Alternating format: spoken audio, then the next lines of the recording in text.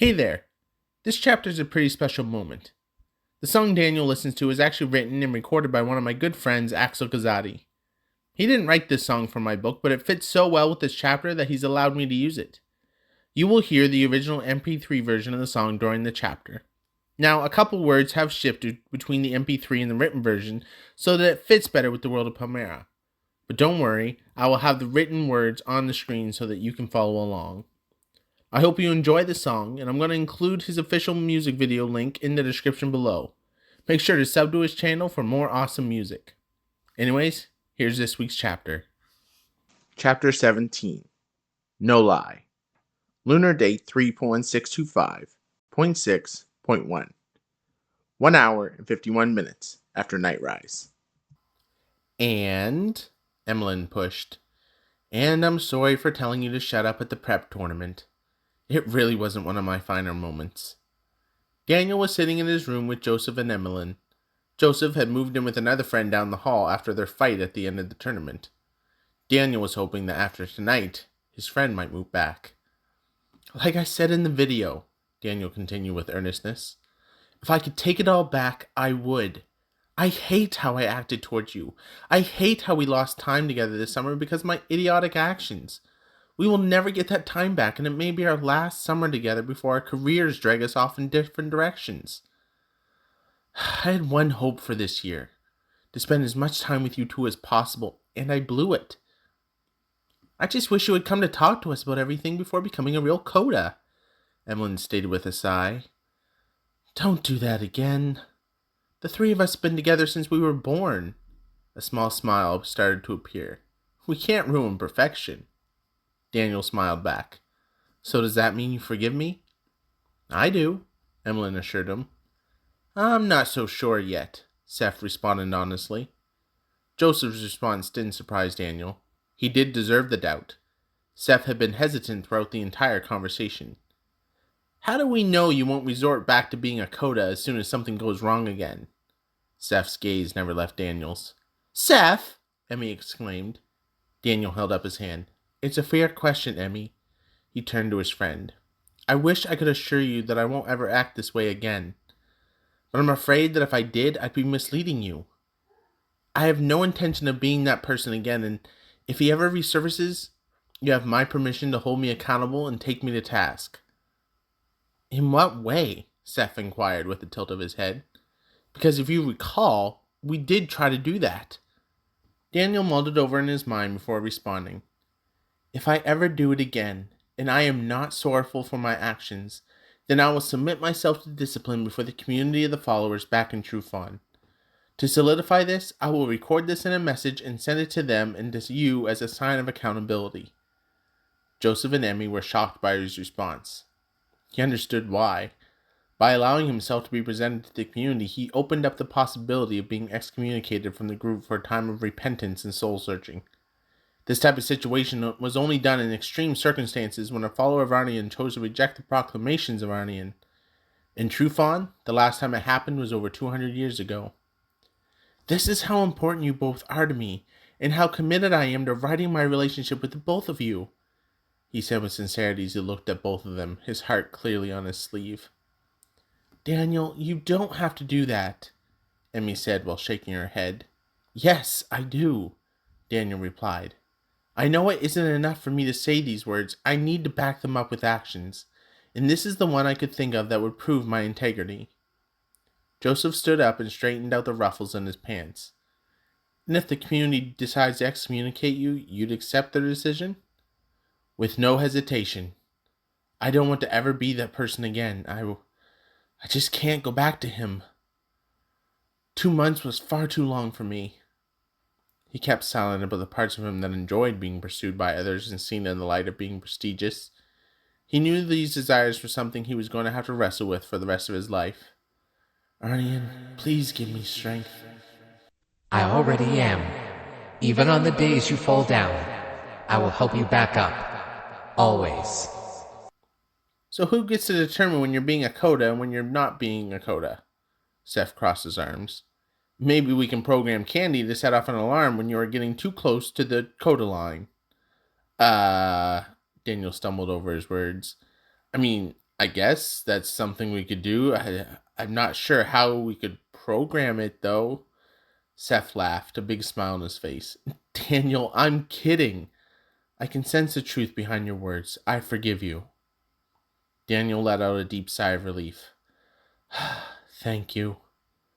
At the same time, Emmy started, sitting up a little straighter, we need to ask you for forgiveness, too. For what? Daniel was genuinely confused. Our attitudes weren't the best when it came to how we responded to you when everything went down, Emmy answered. I didn't exactly give you many options, Daniel remarked. I never held it against you. We could have reacted differently, Seth admitted. For instance, we chose not to reach out during the summer break. That was the wrong decision. This is why we need to ask you for forgiveness. Daniel scratched his cheek. I'm not sure it would have mattered, he said, shrugging at both of them. Even if you tried, I wasn't going to listen. I was in a dark spot. We still should have tried, Emmy argued. At the very least. With a sigh, he relented. He knew there was no convincing them. I forgive you both. He paused and focused on Seth. With hope in his voice, he asked, Since I have, does that mean you'll move back in? On one condition. Seth held up his finger, his playful attitude back in full force. Anything.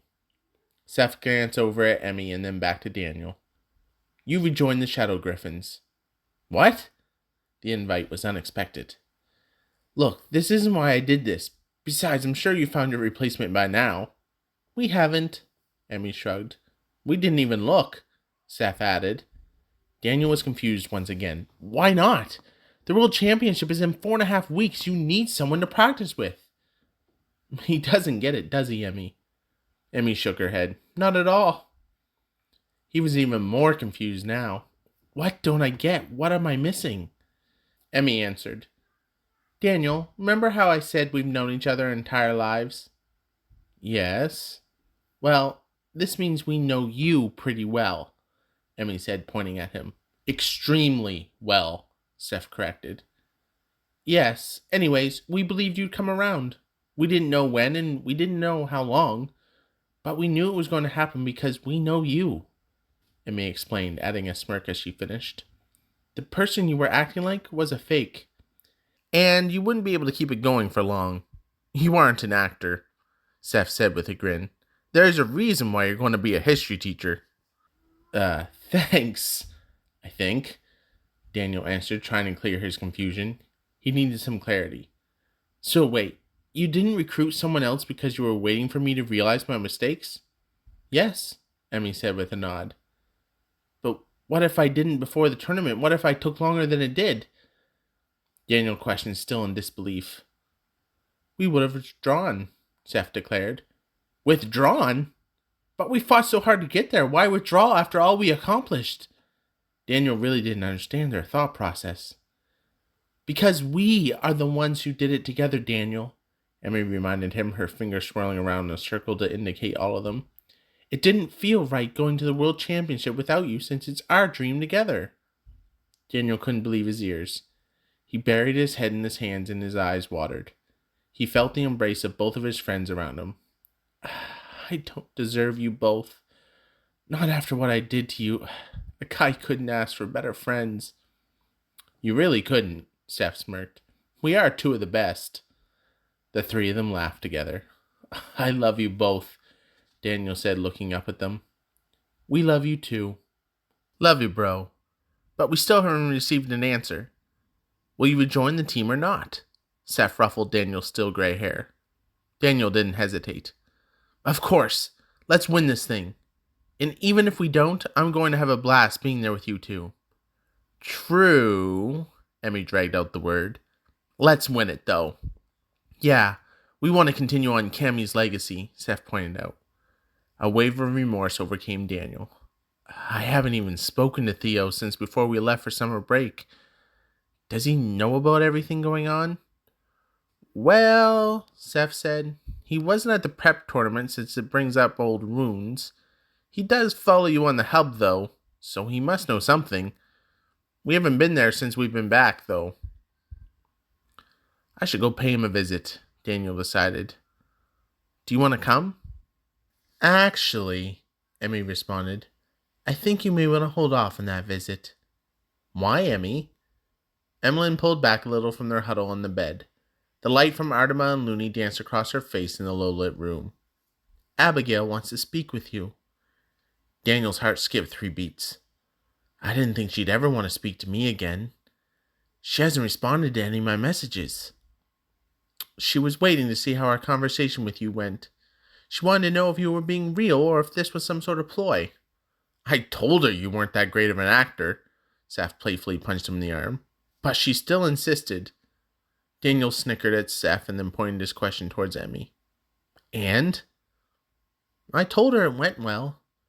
She said you can meet her at Sumiko Lake. Sumiko Lake? I've heard of it, but never been there.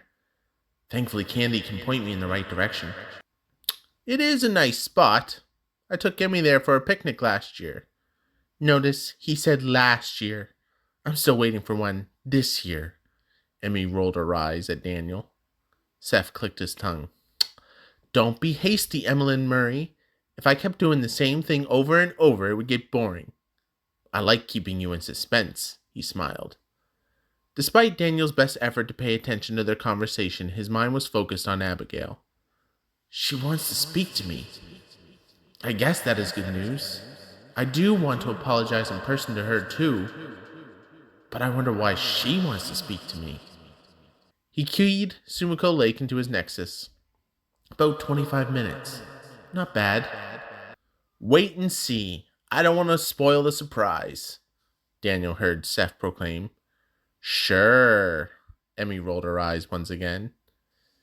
As much as I'd love to stick around for the rest of this conversation, Daniel smirked and stood up, still facing his 2 friends. I think I should go. Is there anything I should know before speaking to Abigail? Yeah, her, ugh!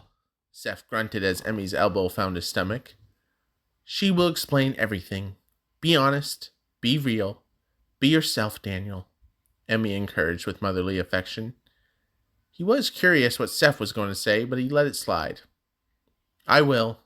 Thanks again for everything.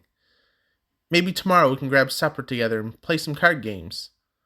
Things were starting to feel right with his friends again. I agree, Emmy said happily. Sounds good to me, Seth added, rubbing his stomach. We'll figure out a time later. Have a good night. You too, they echoed as he left the room. Upon arriving at his Cosmospeeder, Daniel asked Candy to chart the fastest course to Sumiko Lake and drive. He wanted to spend the time alone with his thoughts in preparation for his discussions with Abigail. After a couple minutes of flying and before leaving Artanikst, Daniel took manual control of his speeder and stopped by the museum. He ordered 2 Artanic macchiatos for Abigail and a Morosian peppermint tea for himself in the cafe. I don't know what sort of conversation we will be having. I doubt she will turn down free coffee, though. Back in the speeder, Candy flew towards Sumiko Lake. Daniel rested his eyes as he meditated about what to say. In the stillness he heard. There is no need to rehearse the conversation. Trust in my guidance. I will not abandon you. I will give you the words to speak. Daniel slowly opened his eyes. You know I like being prepared, Arnion. Of course I do. Daniel believed he heard a smile. I created you this way. There's some things it's better to not prepare for. This is one of those times. Okay, he breathed out. I will trust your wisdom on this. With that settled, he tried to distance himself from thinking about the conversation. Instead, he reflected over the last 2 days of summer with his family, which was refreshing and healing. The best part was that Tallon didn't hesitate to forgive him, and they were able to create some lifelong memories. One of the most enjoyable parts was when the whole family decided to go camping in the forest outside of Trufon near the eastern Patharis Ocean. They swam together, relaxed, had a bonfire, told stories, went hiking, and Tallon and he even managed to bury their father in sand while he was sleeping on the beach. As the memories faded, his mind immediately returned to the impending conversation with Abigail. As if to clear the thoughts out of his mind, Daniel shook his head and grabbed the controls of his speeder. All right, Candy. I'm going to fly the rest of the way. How far away are we? 10 minutes, Daniel, the male voice replied. Keep the course up on the display so I can follow, please, Daniel instructed. As you wish, Daniel. Also, Can you play some music?" "What would you like?" He didn't know what he was in the mood for. "I don't know. Play something random." The sound of a synth lunar guitar, solar drum set, and a solar piano reverberated through the speaker, and the voice of a rapper started singing out words. Daniel had never heard the song before, but the tune and the words were catchy. "Candy, display the words of the song." The words appeared on the holographic display in front of him. The singer was a man named Kaz Shadex, and the name of the song was No Lie. "Can you start the song over? Also, take control of the speeder again, please." "Absolutely. Thank you." "You are welcome, Daniel." The song restarted and Daniel read along with the lyrics as Kaz Shadex started to sing.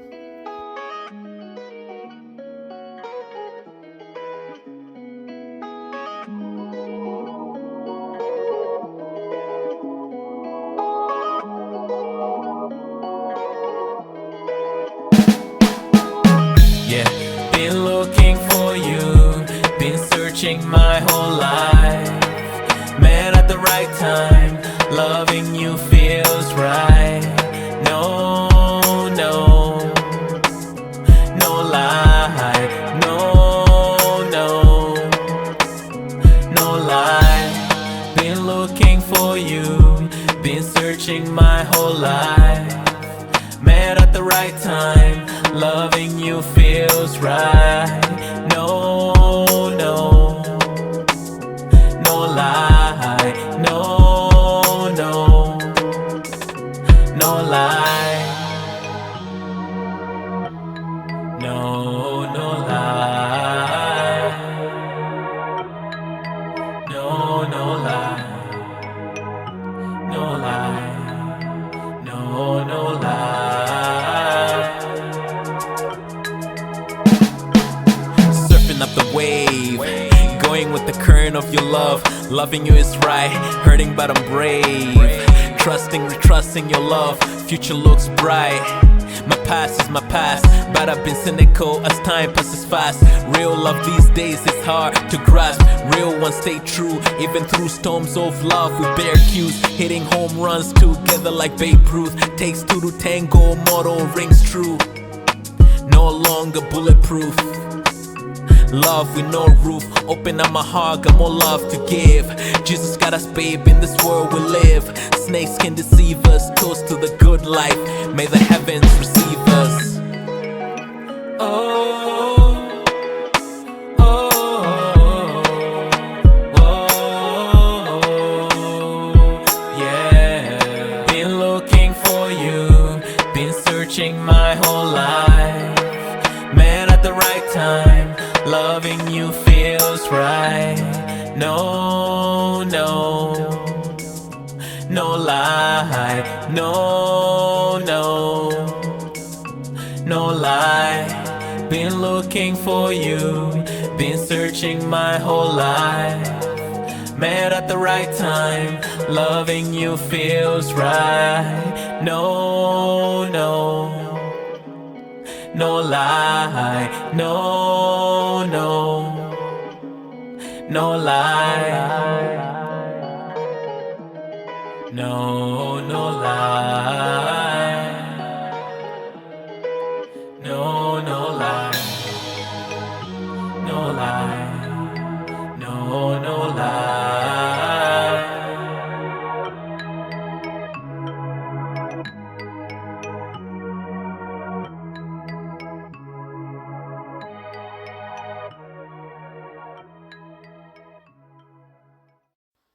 The hope produced by the words was not lost on Daniel.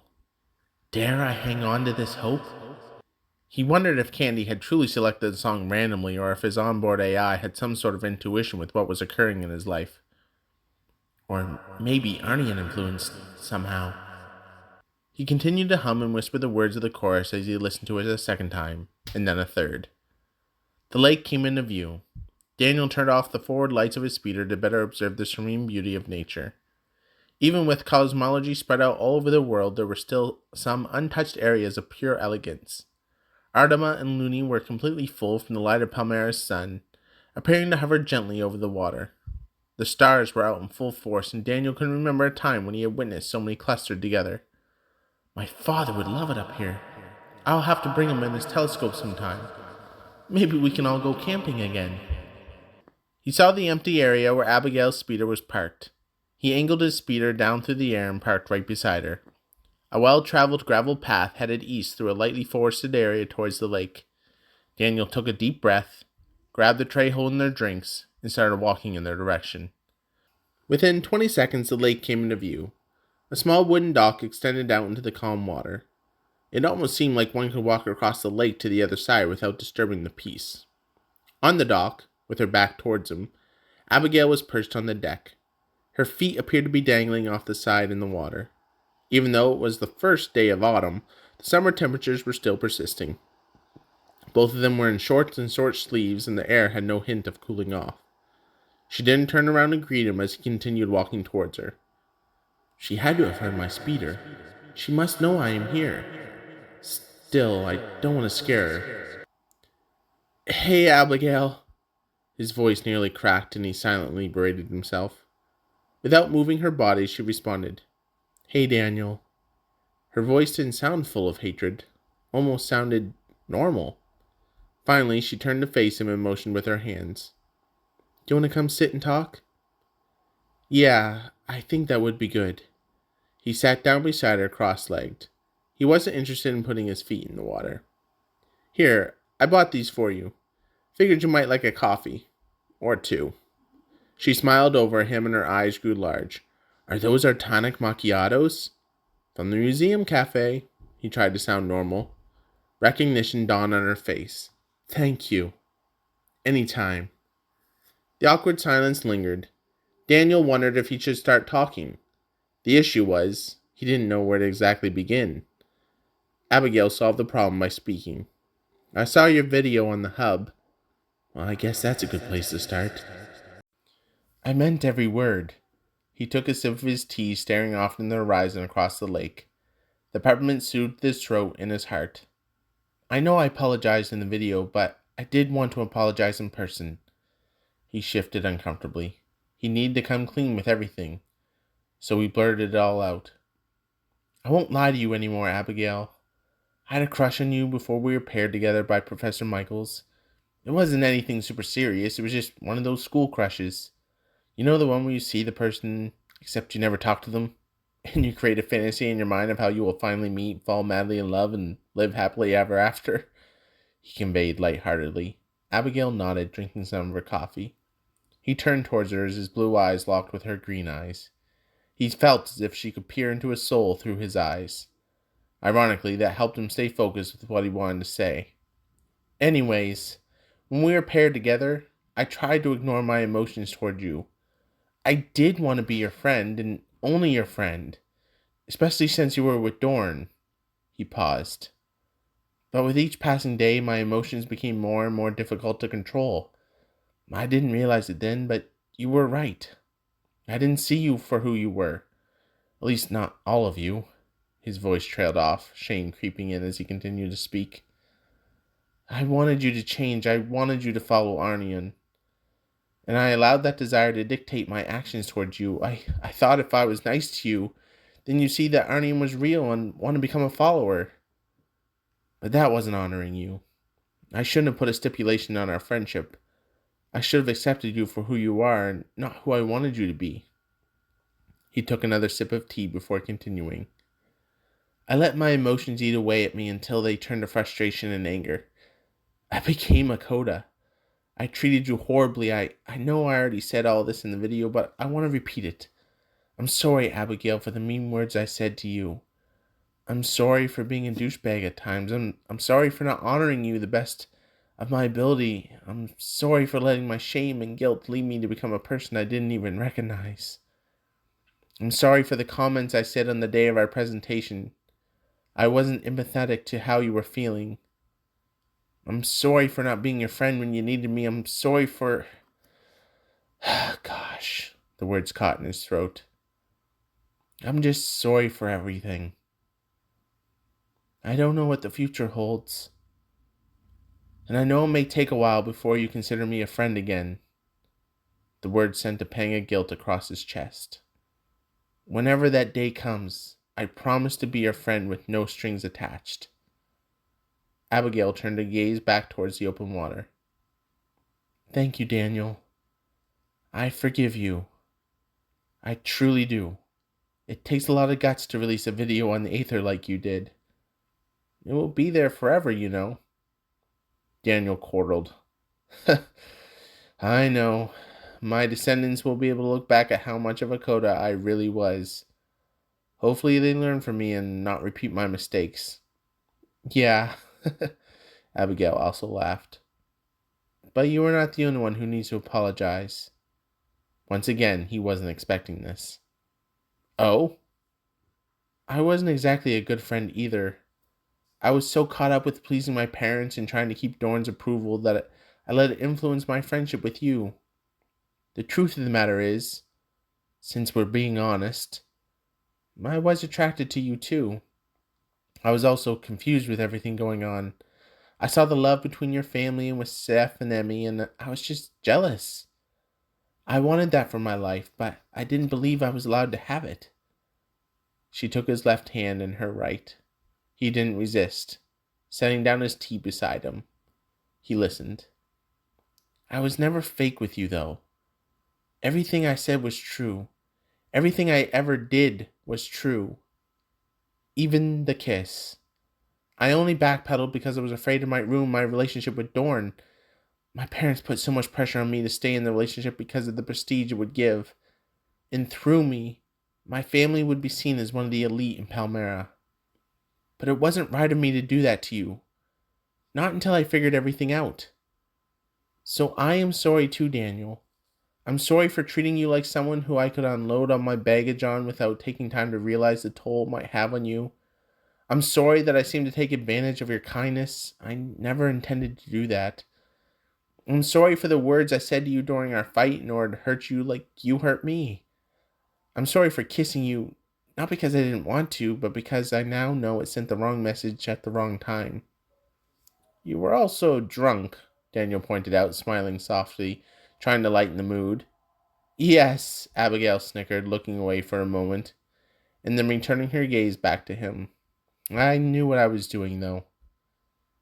Well, I forgive you, Abigail. We both made mistakes, and we both wish we could go back and amend them. He paused, collecting his thoughts. I think it is a step in the right direction that we are taking responsibility for our actions as opposed to blaming others. I agree. I could easily blame my parents or Dorn, but at the end of the day, I'm the one who has to live with my decisions. I want to look back at my life and be proud of the choices I made, not regret them. Same. Daniel realized Abigail was still holding his hand. He didn't want to pull away, but he also didn't know what it meant. I blamed a lot of people over the past 2 months, without taking time to consider the damage I caused. Was I one of them? Abigail asked half-jokingly. Just don't read my journal. I almost deleted my entries so no one could ever read them. Don't read mine either. They both chuckled. So where do we go from here? Daniel inquired. He was afraid of the answer. At the same time, he was ready to accept whatever decision Abigail made. If she wants some time apart to figure things out, I will respect that. It's the least I could do. Abigail looked out over the water. Before we answer that question, there's something I need to share with you. Daniel hesitated. Okay, what's that? Abigail removed her hand from his. She pulled her bare legs out of the water and shifted her body so she could be staring straight at him. She freed her hands by placing her coffee down beside her, and she matched his style sitting with her legs crossed. Daniel met her stare, uneasy about where the conversation was headed. I was with Emmy and Seth when you recorded the video. Her voice was soft, layered with care and love. We had agreed to get together before classes started up again.